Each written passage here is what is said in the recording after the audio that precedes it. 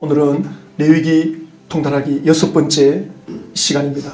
레위기를 여러 단락으로 나눌 수가 있습니다. 먼저 두 단락으로 설명을 드리죠. 거룩한 예배, 거룩한 생활. 다른 성경에 비해서 거룩이라는 이 표현이 레위기에서 5번 제일 많이 나옵니다. 지금 또 정통 유대인들은 학교에 가면 제일 먼저 모세오경을 가르칩니다. 그 중에서도 레위기는 달달 외우게 만듭니다. 그래서 정통 유대인들은 모세오경이라 그러면 완전히 세뇌되어 있을 정도입니다.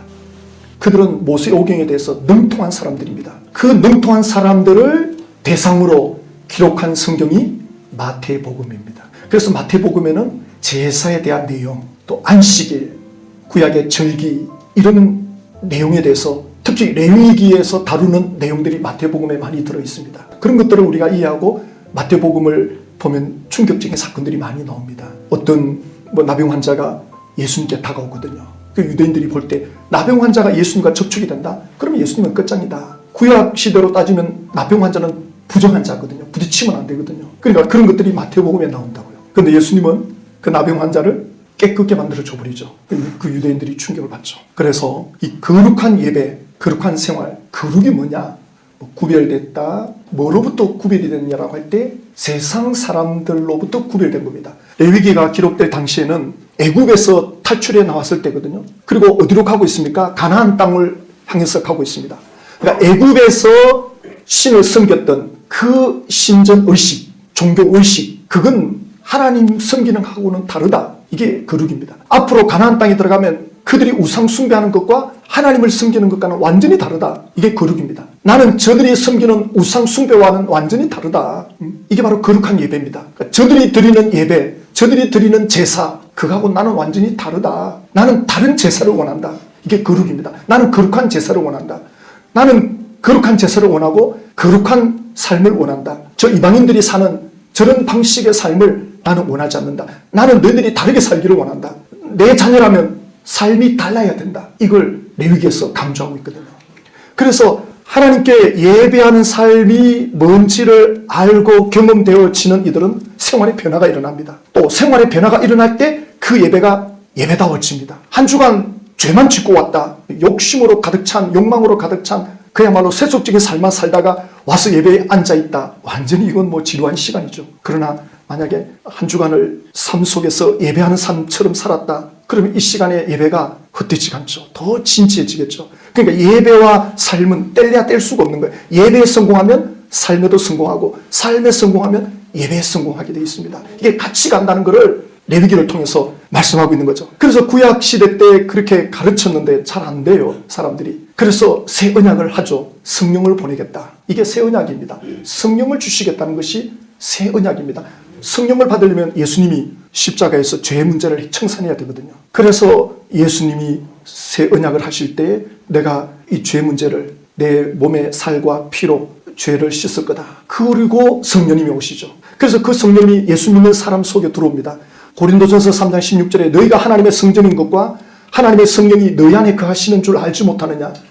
그래서 지금은 시간이나 장소에 매일 필요가 없습니다. 구약 시대 때는 하나님께서 백성들을 성전 중심으로 신앙을 가르쳤습니다. 날짜 중심으로. 그래서 절기, 시간, 장소 이걸 중요시 여겼습니다. 왜냐하면 그렇게 해서 구별되게 가르쳐야 되니까. 구별이 뭔가를 다르다는 것이 뭔가를 시청각으로 구약에서는 그렇게 가르쳤습니다. 그렇게 가르쳤는데도 안 돼요. 어느 정도 안 되느냐. 이사야서 29장 13절을 보면 주께서 이르시되 이 백성들이 입으로는 나를 가까이 하나 입술로는 나를 공경하나 그들의 마음은 나에게서 멀리 떠나 있도다. 입술로 주님을 가까이 하고 공경하는데 왜 마음이 떠난 걸 하나님이 이토록 싫어하실까? 아니 그래도 입으로 주님을 찬양하고 몸으로 성전에 나와서 하나님을 경배합니다. 하나님을 찬양합니다. 그것도 대단하잖아요. 근데 마음이 떠난 것에 대해서 하나님은 분노하십니다. 왜 그럴까요? 왜 마음이 떠난 걸 하나님은 진노하실까요? 입으로 하는 걸 하나님은 원치 않는다. 우리가 생각해보면 간단하죠. 사랑과의 관계에도 만약에 연인 관계에서 말로는 사랑한다는데 마음이 떠나 있다. 그걸 알고 어떻게 살아갈 수가 있겠습니까? 왜냐하면 그런 사람은 어떤 순간이 되면 어떤 상황이 되면 돌변하거든요. 진심이 아니기 때문에 언제 돌변할지 모르고 또 하나 마음이 없으면서 왜 와가지고 자꾸 주여 주여 하죠? 자기 욕심 때문에 하는 거예요. 하나님 때문에 주여 주여 하는 게 아니라 자기를 위해서 하는 거예요. 그래서 하나님은 나에게 드리는 예배는 세상처럼 종교가 아니다. 우상숭배가 아니다. 세상 종교는 우상숭배거든요. 세상의 종교는 사람이 만들어낸 거예요. 나를 위해서 종교를 만들어내죠. 불교나 유교나 마오메트나 힌두교의 모든 종교는 사람을 이롭게 하기 위해서 인간의 의지로 만들어낸 종교입니다. 길 가다 보면 도를 아십니까? 많이 만나죠. 대순진리교라고 하는데 정산도로 하기도 하고, 방송에 나오는 거 보면 길거리에서 도 아십니까 하는 사람을 마치 사기꾼 취급하는데 그렇지는 않습니다. 당신 보니까 화가 많이 끼어있다. 조상에게 풀어줘야 된다. 그거 어떻게 푸는데? 그러니까 나이가 한 살이 많은 50살이면 50만 원어치 제사를 지내면 화가 풀린다. 이런 표현을 하죠. 그 사람들은 돈이 목적이 아니에요. 전부 세뇌되어 있습니다. 자기들도 이렇게 해서 그 돈을 닦는 거예요. 본인들도 이렇게 사람을 끌어다가 제사를 지내게 해가지고 이렇게 하면 자기들도 영적 수준이 올라간다라고 믿고 있습니다. 돈을 취하는 사람은 A클래스에 있는 사람들 몇몇 안 된답니다. 대부분 사람들이 전부 돈만 생기면 그들도 전부 제사 지냅니다. 화가 미치지 않기 위해서. 그래서 그 방송에 나와서 그 고백을 하던데 나중에 돈이 없어가지고 돈만 생기면 제사를 지내야 되니까 그게 너무 힘들어가지고 탈퇴했다는 감정을 받거든요. 조상들이 한이 있다면 제사 받으시고 풀어달라. 그러니까 전부 자기를 위한 겁니다. 자기를 위한 제사입니다. 그러나 레위기는 나는 너희들이 그런 제사 원하지 않는다. 내가 원하는 제사는 그런 제사가 아니다. 그러니까 구약의 이 백성들이 이방 종교처럼 하나님을 믿기는 믿는데 전부 자기를 위한 거예요. 나는 거룩한 제사를 원한다. 나는 세상 사람들이 하는 그런 종교, 그런 제사, 그런 걸 원하지 않는다. 그랬는데 그들은 그렇게 했습니다. 그래가지고는 호세아서 4장 6절에 보면 내 백성이 지식이 없으므로 망하는도다. 너희가 지식을 버렸으므로 나도 너희들을 제사장 되지 못하도록 버리노라. 이 지식은 에피쿠노시스죠. 하나님을 인격적으로 아는 겁니다. 하나님을 체험적으로 아는 것. 그러니까 이스라엘 백성들이 하나님을 아는 데 있어서 관심이 없는 거예요. 그럼 뭐에 관심이 있는데? 아니 종교생활 하면서 하나님을 섬기면서 왜 하나님에게 관심이 없지? 뭐에 관심이 있죠? 자기 자신한테 관심이 있는 거예요. 그러니까 나에게 복을 달라는 겁니다. 하나님이 뭘 원하는지 하나님의 그 깊은 마음은 별로 헤아리고 싶지가 않는 겁니다. 세상 종교가 그래요. 전부 다 자기 중심적입니다. 그게 나쁘다기보다는 인간은 죄성이 있기 때문에 그럴 수밖에 없습니다. 그래서 거룩한 제사, 거룩한 예배를 하나님이 요구하시는 거죠. 그래서 너희들이 지식이 없어서 망한다. 그러면서 호세아서 6장 3절에 보면 그러므로 여호와를 알자. 힘써 여호와를 알자. 여기 안다는 뜻은 하나님을 그냥 지식적으로 아는 것이 아니라 정말 그 깊은 하나님의 마음이 뭔지를 알기를 원한다. 힘써 알기를 원한다. 그러니까 여기 힘쓰다는 건 누가 힘을 써야 돼요? 내가 힘을 써야 됩니다. 이 힘을 쓰는 것, 마음을 여는 건요. 부모도 자식한테는 어쩔 수 없어요. 그 누구도 그 사람의 마음은 손 못 댑니다. 동기부여는 줄 수 있어요. 도전은 줄 수 있어요. 그러나 마음을 바꿔놓을 수는 없습니다. 예수님도 마음 못 엽니다. 예수님이 만약에 강제로 마음을 연다. 그러면 사람을 로봇 취급하는 거죠. 예수님도 인격적이라 강요 안 합니다. 예수님도 강요하지 않는 것은 예수님도 인격적인 분이시기 때문에 강제로 마음을 뜯어고치지 않습니다. 성령께서 우리에게 바람을 불어줘요. 성령이 우리에게 따뜻한 불을 지펴줘요. 마음을 열 수 있도록. 그렇게까지만 하지 성령이 들어가가지고 막 확 뜯어고치고 그러면 뭐 다 예수 믿죠. 그럼 그게 예수님이 아니죠. 진심으로 마음에 우러나와서 마음을 스스로 열어서 예수님을 믿도록 기다립니다. 그게 진짜 신앙이기 때문에. 그래서 힘써 여호와를 알자 할 때 내가 마음의 문을 열어야 돼요. 그래서 하나님에 대한 이 갈망하는 마음, 하나님을 알고 싶다. 이 사람은 복 있는 사람이에요. 심령이 가난한 자는 복이 있나니 천국이 저희 것이며 그랬잖아요. 하나님을 알고 싶다. 야, 도대체 이 천지를 만드신 하나님, 그리고 독생자 예수를 보내신 이 하나님, 도대체 이게 뭐냐? 여기에 대한 목마름이 있다. 갈망이 있다. 최고의 복을 누리는 사람입니다. 여러분, 이보다 더 큰 복이 어디 있습니까? 세상에서 공부를 잘해도 대단한 사람으로 칭송받는데 하나님을 아는 지식, 하나님의 나타나심은 새벽빛같이 일정하게 변함이 없다는 거예요. 그러니까 오늘 우리가 시간을 정하고 이렇게 예배 자리에 모였잖아요. 이제 뜻을 정하고. 그럼 하나님과의 약속이죠. 그러면 하나님은 변함이 없어요. 우리가 원하는 시간, 우리가 갈급한 그 마음, 그 장소에 주님은 새벽빛같이, 새벽 되면 빛이 일정하게 떠올라요. 매일매일 떠오릅니다. 하루도 차질이 없습니다. 변함없는 하나님의 뜻을 보여줍니다. 근데 우리는 그러지를 못해요. 하나님은 변함없이 우리에게 다가오십니다. 만나주십니다. 우리가 마음을 열면 쳐들어 들어옵니다. 만약에 우리가 마음을 조금이라도 열었다, 손살같이 달려 들어옵니다. 구약에 보면 하나님이 내가 너희들에게 장가 들었노라 이러잖아요. 하나님이 뭐가 아쉬워서 우리에게 장가듭니까? 저는 성경을 볼 때마다 도대체 하나님이 뭐가 아쉽지? 이 말씀 피우는 인간들, 말 안 듣는 인간들에게 왜 이렇게 오래 참으시지? 예수님의 재림이 왜 늦어지느냐? 오래 참는다는 거예요. 왜 이렇게 속을 썩여가면서 기다리시죠? 왜 부모님들이 신천지에 있는 자녀들 속이 타들어가면서까지 참고 기다립니까? 사랑 때문이거든요. 이것 때문에 십자가에 운명하시고 오래 참고 속이 다 타들어가도 오래오래 기다리시는 거예요.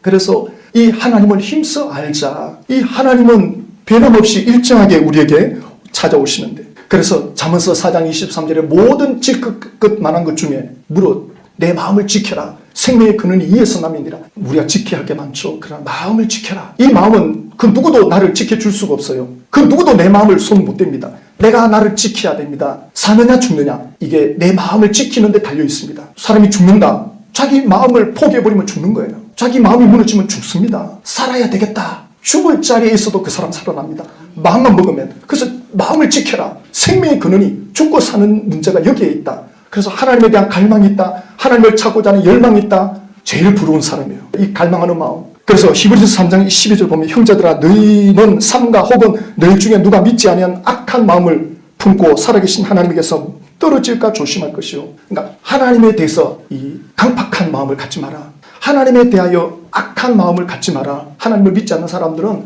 하나님에 대하여 마음이 닫혀 있습니다. 부정적입니다. 신앙생활하는 사람이 그런 마음을 갖는다? 하나님에게서 떨어지는 건 시간 문제입니다. 그래서 하나님에 대해서 이런 악한 마음을 품지 마라. 이건 떨어지는 건 시간 문제다. 유대인들은 부모가 자녀를 교육할 때 모세오경을 집중적으로 가르친다 그러죠. 하나님의 말씀은 하라고 하지 말합니다. 레위기를 1장부터 7장까지 거룩한 예배가 뭐냐, 또 8장, 9장, 10장은 거룩한 제사장, 또 그 다음에 11장부터 15장까지는 거룩한 생활, 하나님께로 이끌어가는 사람들, 그 사람들 달라야 된다. 모든 성도들이 제사장인데 어떻게 달라야 되는가, 뭐가 달라야 되는가, 그리고 거룩한 생활을 말씀합니다. 그러다가 레위기 16장에 가면 속죄일이 나옵니다. 이 속죄일은 그야말로 대청소입니다. 그동안 알고 지은 죄 모르고 지은 죄 탈탈 다 털어버립니다. 한 해 동안 지은 죄 다 털어버리고 다시 새해를 맞이하듯이 바로 16장이 딱 중간에 들어가 있습니다. 그리고 그 다음 17장부터 27장까지 다시 한번 반복합니다. 거룩한 생활이 뭐냐, 거룩한 제사장은 어떻게 해야 되느냐, 그리고 거룩한 축제로 표현하는데 안식일, 유월절, 희년 이런 것들을 어떻게 절기를 보낼 건가. 그래서 레위기서의 주제는 내가 거룩하니 너희도 거룩하라. 그러면 하나님이 거룩하다. 그럼 그 거룩이 뭔데? 세상 사람과 다르다는 게 도대체 핵심이 뭡니까? 세상과 다르다고 하는 그 중심 사상이 뭡니까? 하나님 중심에 거룩이 있는데 사람이 그 하나님께로 나아가려면 거룩해야 되거든요. 내가 거룩하니 너희도 거룩해라. 그럼 하나님의 그 중심의 그 거룩함이란 세상 종교와 다르다고 하는, 세상의 우상들과 다르다고 하는 하나님의 그 거룩함이 뭐냐 할 때 사랑입니다. 요한일서 3장 8절 보면 사랑하지 아니하는 자는 하나님을 알지 못하나니 하나님은 사랑이시다.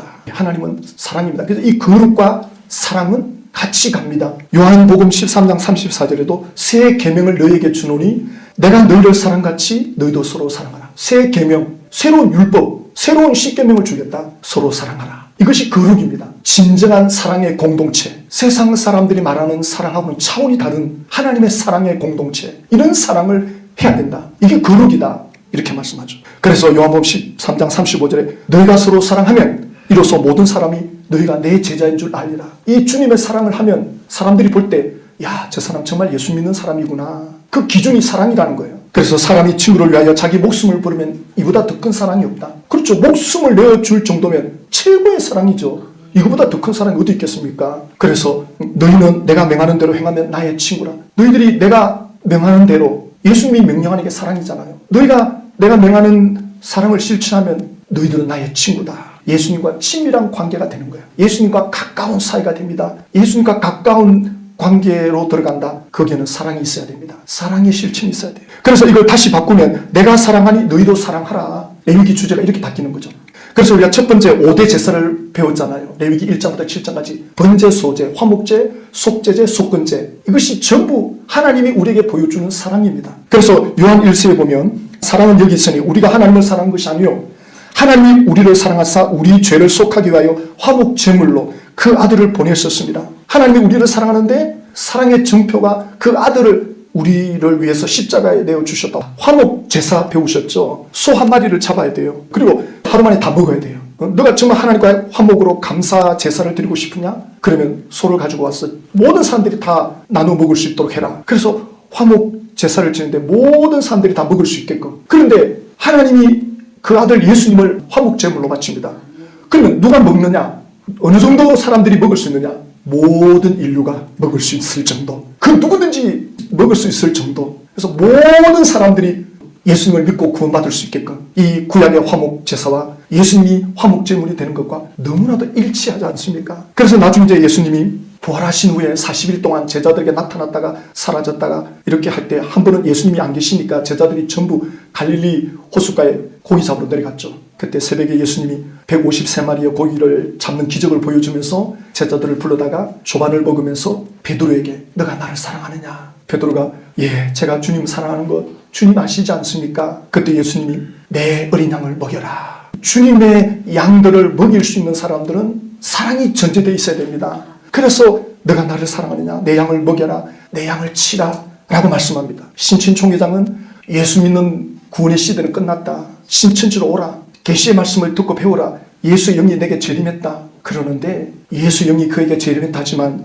예수님의 사랑의 모습을 전혀 찾아볼 수가 없습니다. 사람들의 인생을 망가뜨려 놓고 짓밟고 이런 것들은 예수님하고는 거리가 멀어요. 전혀 이건 예수님에게서 나올 수 있는 게 아닙니다. 예수의 영이 재림해 있다? 절대 속지 마세요. 거짓 선지자를 주의하여 삼가해서 보라 그러잖아요. 과연 진정한 사랑이 있느냐? 진정한 사랑은 약자를 어떻게 대하느냐? 원수를 어떻게 대하느냐를 보면 돼요. 진정한 사랑은 사람 차별하지 않습니다. 말은 천사같이 유창하게 얼마든지 할 수 있습니다. 심지어 속임수를 써가지고 기적을 나타낼 수도 있어요. 귀신의 능력으로 무당처럼 능력 나타낼 수 있습니다. 속지 마십시오. 사랑이 전제되지 않으면 그 어떤 것도 정당화할 수가 없습니다. 여기에 속으면 안 됩니다. 우리가 물론 좀 부족한 건 이해해 줄 수 있어요. 사람인지라. 그러나 대놓고 거짓말하고 있고 대놓고 사기를 치고 속인다. 사람의 영혼을 도둑질하는 거예요. 그러니까 사랑하지도 않으면서 왜 예수 이름 부릅니까? 신천지 총회장님. 구약의 백성들이 입술로만 하나님을 찾잖아요. 마음은 없는데 왜 하죠? 이용하는 거예요. 신을 이용하는 거예요. 신천지 총회장은 철저하게 예수를 이용하고 있습니다. 자기 욕심을 위해서 철저하게 예수님을 이용하는 자입니다. 그래서 성도들에게 돌아가야 할 영적인 축복을 혼자 다 독차지하고 있습니다. 고린도 13장 1절에 사람의 방언과 천사의 말을 할지라도 사랑이 없으면 소리나는 구리와 울리는 꽹과리다. 사랑 없이도 천사같이 유창하게 사랑 많은 것처럼 말을 할 수 있다는 거예요. 말에 속으면 안 됩니다. 반드시 하나님의 사랑이 전제되어 있느냐를 보셔야 됩니다. 그리고 예언하는 능력, 또 비밀, 모든 지식을 알고 삶을 옮길 만한 모든 믿음이 있을지라도 사랑이 없으면 아무것도 아니다. 능력이 있어도 사랑 없으면 그 능력이 아무 의미가 없다고 헛것이다. 이렇게 말씀하고 있죠. 내게 없는 모든 것으로 구제하고 또 몸을 불사르게 내어줄지라도 사랑이 없으면 아무 유익이 없다고 말합니다. 사랑 없이도 대단한 걸 보여줄 수 있다는 겁니다. 성령의 첫 번째 열매가 사랑입니다. 성령으로 충만해야 됩니다. 성령에 압도당해야 됩니다. 내 인간의 사랑으로는 3일도 못 갑니다. 사랑은 참고 마음을 온유하게 하는 겁니다. 그리고 시기하지 아니하며 사랑은 자랑하지 않으며 이런 사랑을 보여줘야 됩니다. 다른 사람을 하나님께로 이끄는 그 역할이 제사장인데 그들은 사랑에 대한 탁월함을 가지고 있어야 됩니다. 하나님이 우리를 그렇게 부르고 계신다는 겁니다.